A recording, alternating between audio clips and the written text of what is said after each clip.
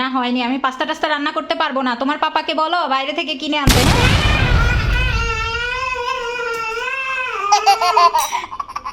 কান্না করছো কেন?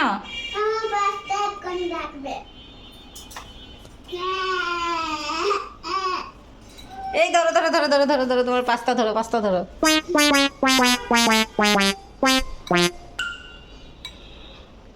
কেমন হলো?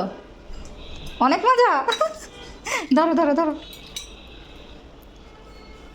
তোমার পাপ্পার কাছ থেকে এই বাইরে পাস্তা রেস্টুরেন্টে খাও যে বিল দেয় না, বিল দেয়, হ্যাঁ পাপার কাছ থেকে বিল নিয়ে নিবা, ঠিক আছে?